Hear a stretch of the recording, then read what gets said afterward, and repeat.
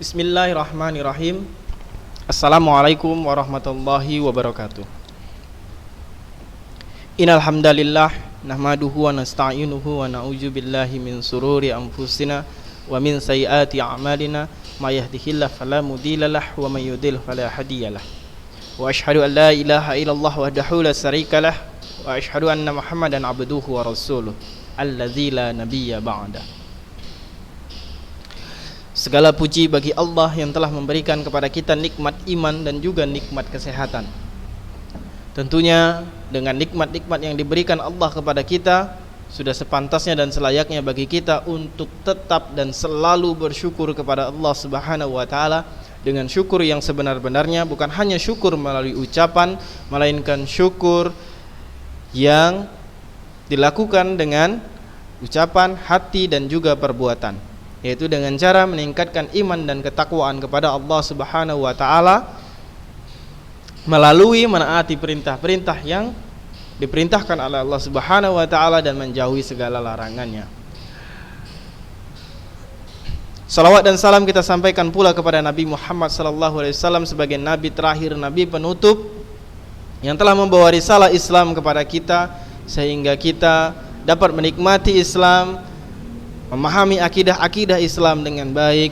Mudah-mudahan kita masih berada di dalam sunnah-sunnahnya Rasulullah SAW hingga akhir hayat kita. Taib. Pada bab pembahasan kita kali ini masih sama bab yang lalu, yaitu tentang teks anekdot. Kita akan melanjutkan sub pokok bahasan yang lalu, yaitu tentang mengenal teks anekdot. Kemudian hari ini kita akan melanjutkan sebuah bahasan tentang mengonstruksi makna tersirat dalam sebuah teks anekdot. Nah, nantinya pula kita akan bahas sedikit tentang struktur dari teks anekdot. Nah, di bagian sebelumnya kita telah mengkritisi teks anekdot dari aspek makna tersiratnya, begitu ya. Nah, untuk konstruksi tersebut ya, kita membutuhkan kegiatan-kegiatan seperti membandingkan, kemudian yang selanjutnya kita juga menganalisis kritik tersebut, begitu ya, dan menyimpulkan makna dari teks tersebut. Ya, nantinya yang terakhir kita mudah-mudahan kalau sempat kita akan menelaah struktur dari teks anekdot yang ada. Baik, kita mulai dengan membandingkan dari teks anekdot yang ada di sini ya. Nah, mengapa kita membandingkan teks anekdot dengan humor? Karena memang teks anekdot ini sama dengan humor tetapi berbeda. Mengapa Anda sebutkan sama? Ya, karena anekdot memiliki unsur humor di dalamnya, tetapi humor tidak memiliki unsur anekdot di dalamnya. Secara khususnya humor itu punya tujuan untuk menghibur. Sedangkan anekdot itu tujuan utamanya adalah untuk mengkritisi, memberikan kritik ya. Sehingga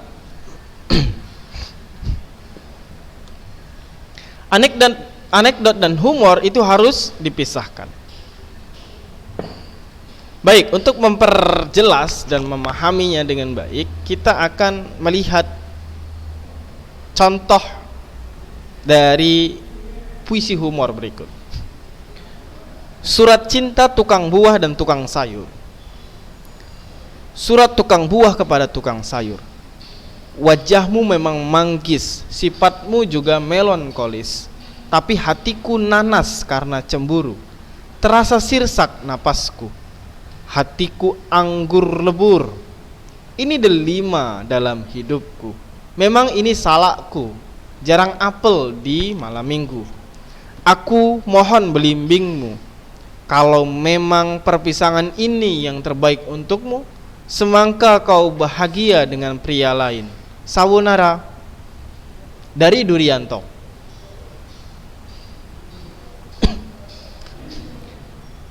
Ini sifatnya menghibur saja. Surat tukang buah kepada tukang sayur. Wajahmu memang manggis, seharusnya manis ya. Dibuat unsur lucu gitu. Sifatmu juga melankolis, seharusnya melankolis ya. Tapi dibuat melon, nama buah. Surat tukang buah ya, dengan tukang sayur nih. Tapi hatimu nanas. Nanas masih buah. Karena cemburu. Terasa sirsak napasku, sirsak masih buah. Ini namanya surat tukang buah ya. Hatiku anggur lebur, anggur, buah. Ini delima dalam hidupku. Seharusnya ini hancur, harusnya ini sesak gitu ya. Ini panas. Delima harusnya dilema ya. Memang ini salahku, harusnya salahku. Jarang apel. Jarang apel, harusnya jarang apel ya. Ini jarang apel di malam minggu. Aku mohon belimbingmu, aku mohon bimbinganmu, harusnya begitu. Kalau memang perpisahan dibuat buah pisang, ini yang terbaik untukmu, semangka kau bahagia dengan pria lain. Semangka, semangka buah juga. Sayonara, sayonara harusnya ya, bukan sawo. Sayonara itu adalah ucapan selamat tinggal dalam bahasa Jepang begitu. Dari Durianto. Jadi yang menulis ini si Pak Durianto. Namanya pun berasal dari buah, itu buah durian. Nah, ini dijadikan sebuah hiburan semata, hanya hiburan semata.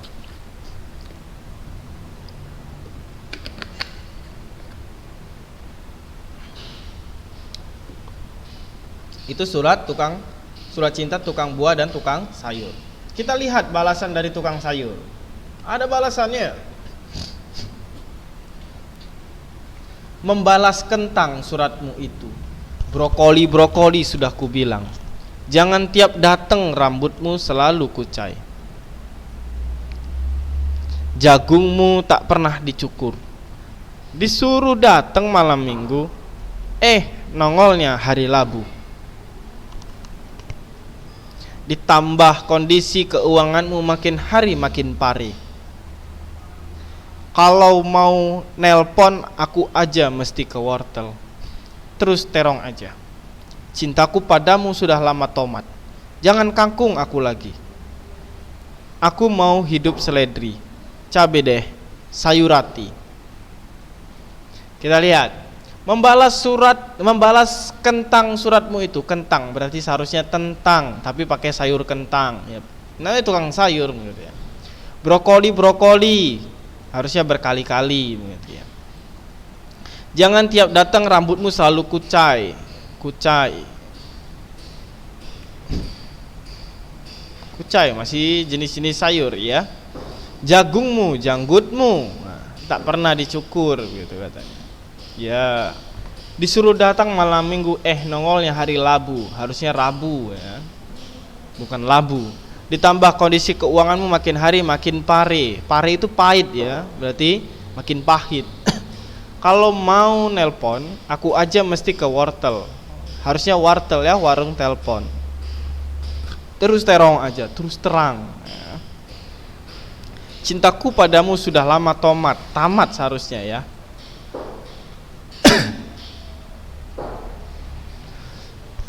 Jangan kangkung aku lagi, kangkung, jangan ganggu, tapi jauh kali sebenarnya ya. Aku masih hidup seledri, seledri itu sendiri, jauh juga ya. Seledri itu dijadikan sendiri. Cabe deh, capek deh, cabe. Sayurati, namanya sayur ati, dari sayur ya. Nah, inilah dia humor.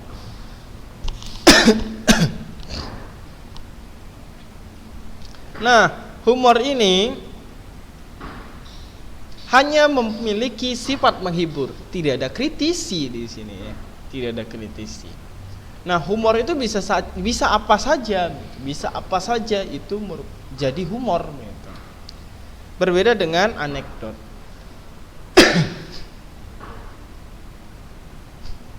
Kita lihat kalau berdasarkan ide cerita, aspeknya anekdot dosen dan pejabat, dosen yang menjadi pejabat, kemudian humor surat cinta tukang buah kepada tukang sayur. Berdasarkan ide ceritanya, ini peristiwanya nyata ya. Kalau anekdot dosen yang menjadi pejabat, ide ceritanya. Kalau humor surat cinta ini benar-benar rekaan banget, tidak ada kenyataannya begitu. Itu memang dibuat-buat sekali. Kemudian dari aspek isi, masalahnya itu terkait tokoh publik atau masalah yang menyangkut orang banyak.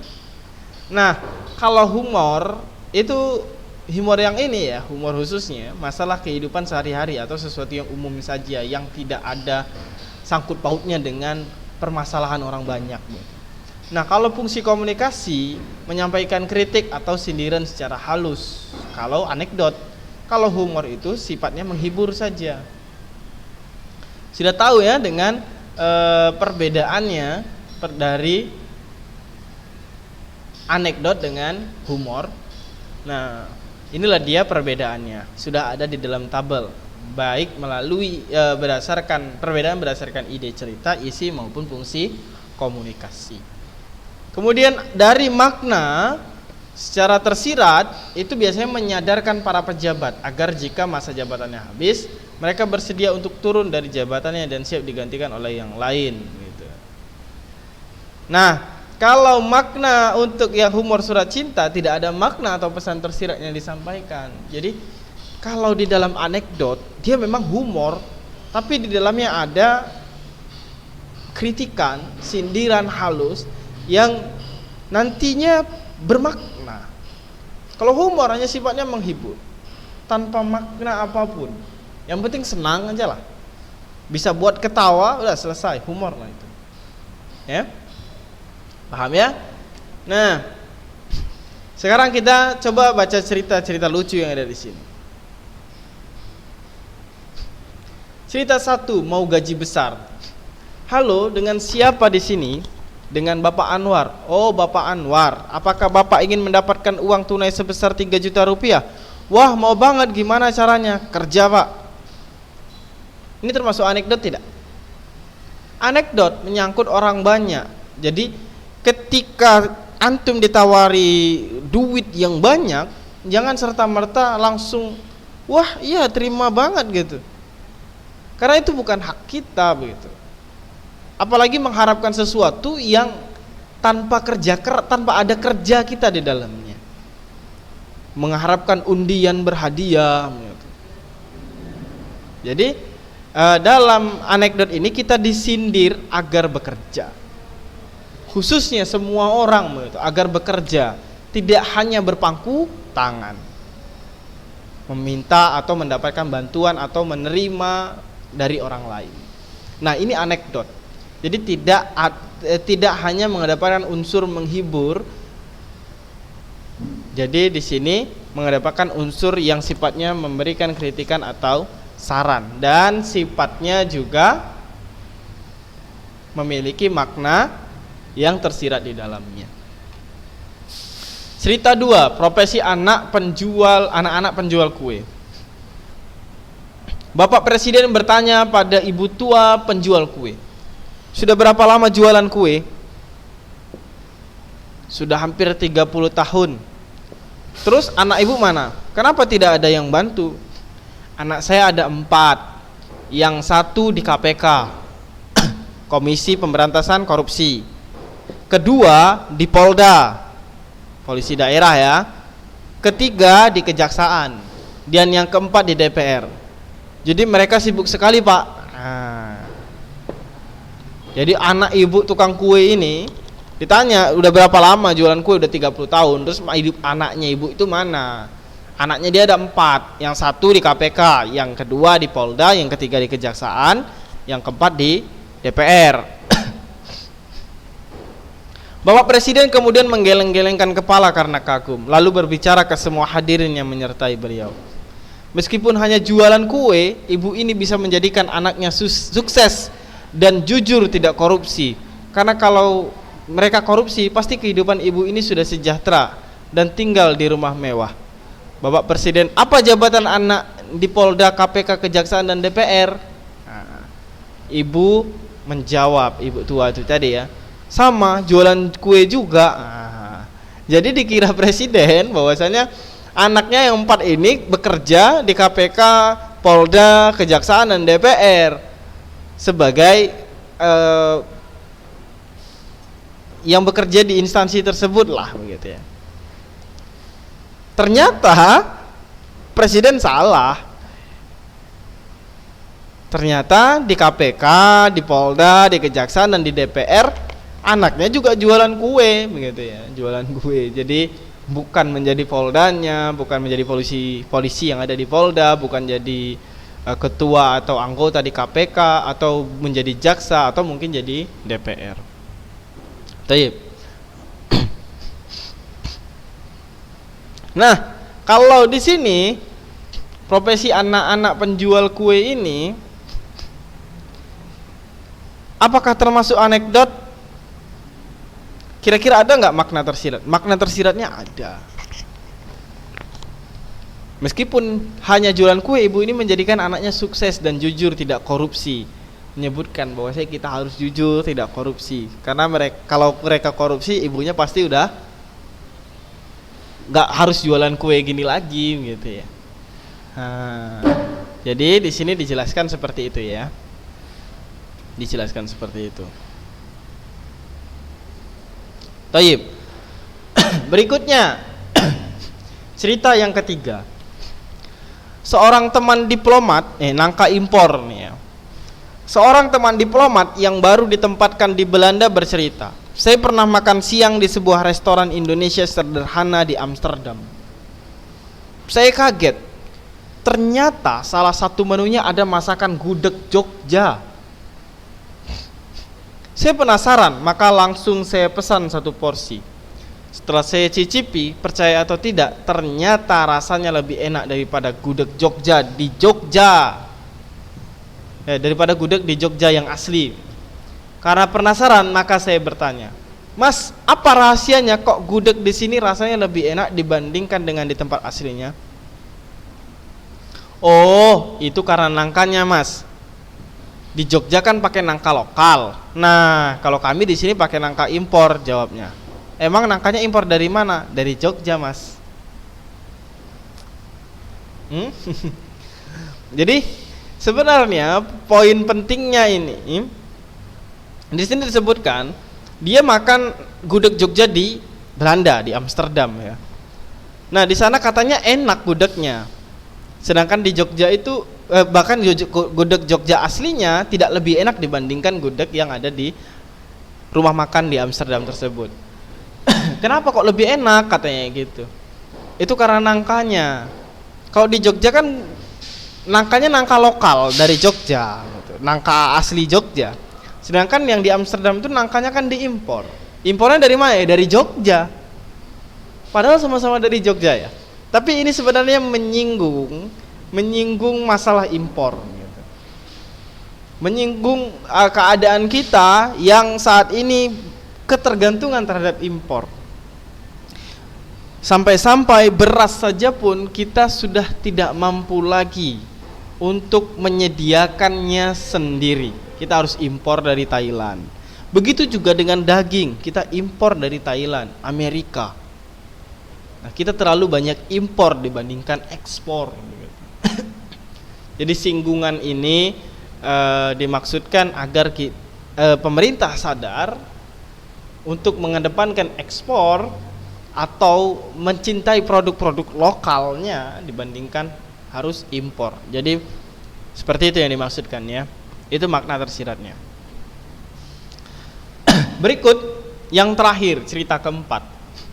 Sebuah mobil ambulans yang mengangkut beberapa orang pasien sakit jiwa terpaksa berhenti di tengah jalan karena bannya bocor.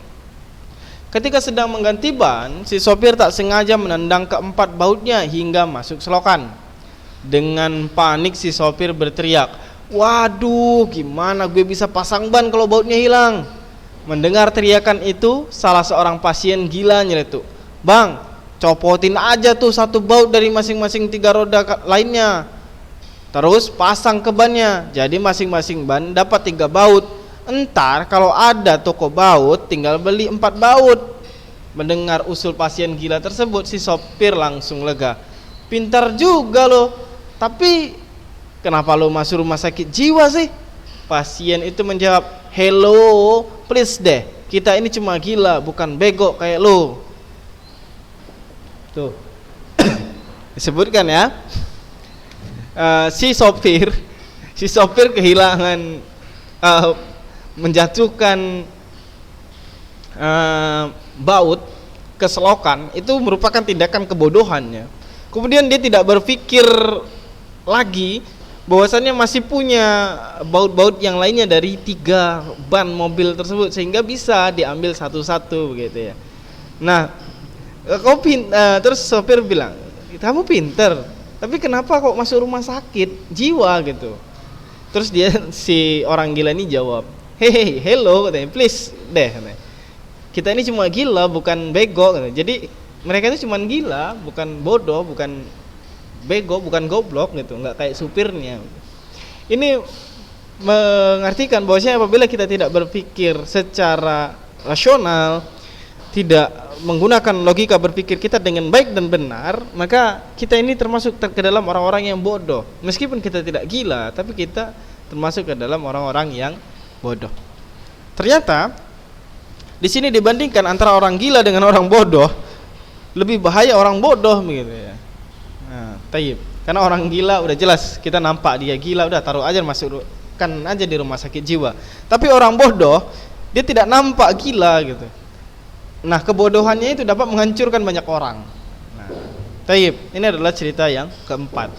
Nah, keempat teks ini merupakan teks anekdot karena punya makna tersirat yang terkandung di dalam anekdot tersebut. Taib. Kemudian bagian yang ketiga adalah bagian kedua adalah menganalisis kritik yang disampaikan dalam anekdot. Nah, yang tadi ya, kalau kursi yang jabatan dosen itu kursi dapat diartikan sebagai jabatan ya, makna idiomatisnya. Takut kursi diambil orang berarti makna idiomatisnya takut jabatannya direbut orang lain. Begitu ya. Begitu juga yang lainnya sudah Anda jelaskan tadi. Nah, menyimpulkan makna tersirat dalam teks anekdot. Nah, proses menyimpulkan itu bagaimana kita menyimpulkan sebuah teks tersebut agar mudah dicerna oleh cara berpikirnya kita. Seperti Anda tadi menjelaskan dari cerita pertama sampai dengan cerita keempat, Anda ceritakan ulang dengan menggunakan bahasa yang lebih tepat sehingga kita dapat memahaminya dengan baik begitu ya. Nah, kalau kita membacanya sekedar saja mungkin kita tidak paham gitu. Nah, perlu dijelaskan melalui simpulan, sehingga dibutuhkan yang namanya kesimpulan. Taib. Itulah dia cara menyimpulkannya. Nah, selanjutnya kita akan menganalisis struktur dari teks anekdot. Nah, teks anekdot ini punya struktur. Nah, untuk kebahasaannya kita akan bahas di minggu depan. Struktur teks anekdot terbagi menjadi berapa? Ada 5. Ini nanti di kaidah ya. Struktur teks anekdot ada 6 atau 5. Yang pertama ada abstraksi, orientasi, krisis, reaksi, dan koda. Nah, abstraksi ini adalah opsional ya. Orientasi, kemudian setelah orientasi seharusnya ada rangkaian kejadian. Tapi memang tergantung dari sudut pandang penulis terhadap struktur dari teks ini. Tapi secara umum seperti inilah gambarannya. Ada orientasi, ada isi, dan ada penutup. Penutup itu koda. Reaksi dan krisis ini biasanya komplikasi. Orientasi ini pembuka ya. Nah, kemudian abstraksi ini juga termasuk pembuka. Nah, abstraksi ini opsional. Aksi maling tertangkap CCTV. Kita lihat. Seorang warga melapor kemalingan. Pak, saya kemalingan. Kemalingan apa? Mobil, Pak. Tapi saya beruntung, Pak. Kemalingan kok beruntung? Iya, Pak, saya beruntung karena CCTV merekam dengan jelas. Saya bisa melihat dengan jelas wajah malingnya. Sudah minta izin malingnya untuk merekam? Belum. Saya sambil menatap polisi dengan penuh keheranan. Itu ilegal. Anda saya tangkap. Hanya bisa pasrah tak berdaya. Kalau berdasarkan teks anekdot ini mengutarakan tentang undang-undang ITE ya. Undang-undang ITE yang sekarang itu sangat marak digunakan sebagai dalih. Ya.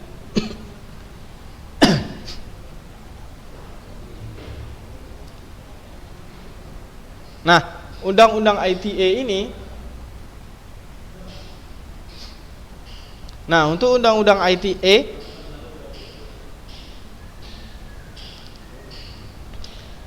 sekarang kan begitu ya, kita sempat kejadian dulu itu yang di Lombok, seorang perempuan dia melakukan rekaman, kemudian rekamannya diberitahukan ke orang gitu ya, tidak disampaikan ke polisi, kemudian dia yang ditangkap polisi ya. Kemudian kemarin tuh waktu masa-masa pandemi ada orang Cina yang pekerja dari Cina, masa pandemi kan harusnya tidak boleh ya datang ke Sulawesi, itu saya kalau anak tidak salah, anak tidak lupa gitu ya. Kemudian direkam, divideokan. Lihat ini di masa pandemi masih saja menerima pekerja asing dari Cina, katanya begitu ya. Direkam, kemudian yang ditangkap siapa? Bukan yang orang Cinanya, tetapi yang ditangkap adalah yang melakukan rekaman. Ini digambarkan seperti itu di dalam teks cerita ini ya.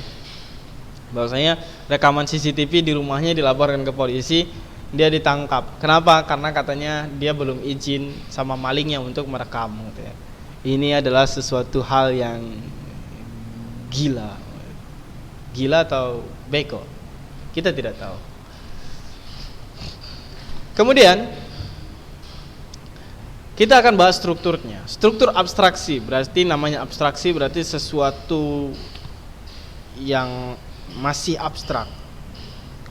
Gambaran umumnya. Seorang warga melapor kemalingan. Kita belum tahu kan, masih abstrak. Siapa warganya? Kemalingan apa? Belum. Ini makanya abstraksi namanya. Kemudian orientasinya, Pak saya kemalingan apa? Mobil Pak, tapi saya beruntung Pak. Jadi masih mengenalkan prosesnya. Pelapornya kemalingan mobil, orientasinya, pengenalan dia bahwasanya kemalingan mobil. Krisisnya, kemalingan kok beruntung? Iya Pak, saya beruntung karena CCTV merekam dengan jelas. Saya bisa melihat dengan jelas malingnya. Sudah minta izin malingnya untuk merekam, kan krisis ini ya, ada krisis. Kemudian reaksi pelapor, belum ada reaksi. Polisi, itu ilegal, Anda saya tangkap. Pelapor hanya bisa pasrah tak berdaya, itu kesimpulan penutupnya. Paham ya dengan struktur dari teks anekdot? Alhamdulillah, pembelajaran kita hari ini telah berakhir. Mudah-mudahan mendatangkan manfaat yang baik. Ana ucapkan alhamdulillahirabbil alamin. Assalamualaikum warahmatullahi wabarakatuh.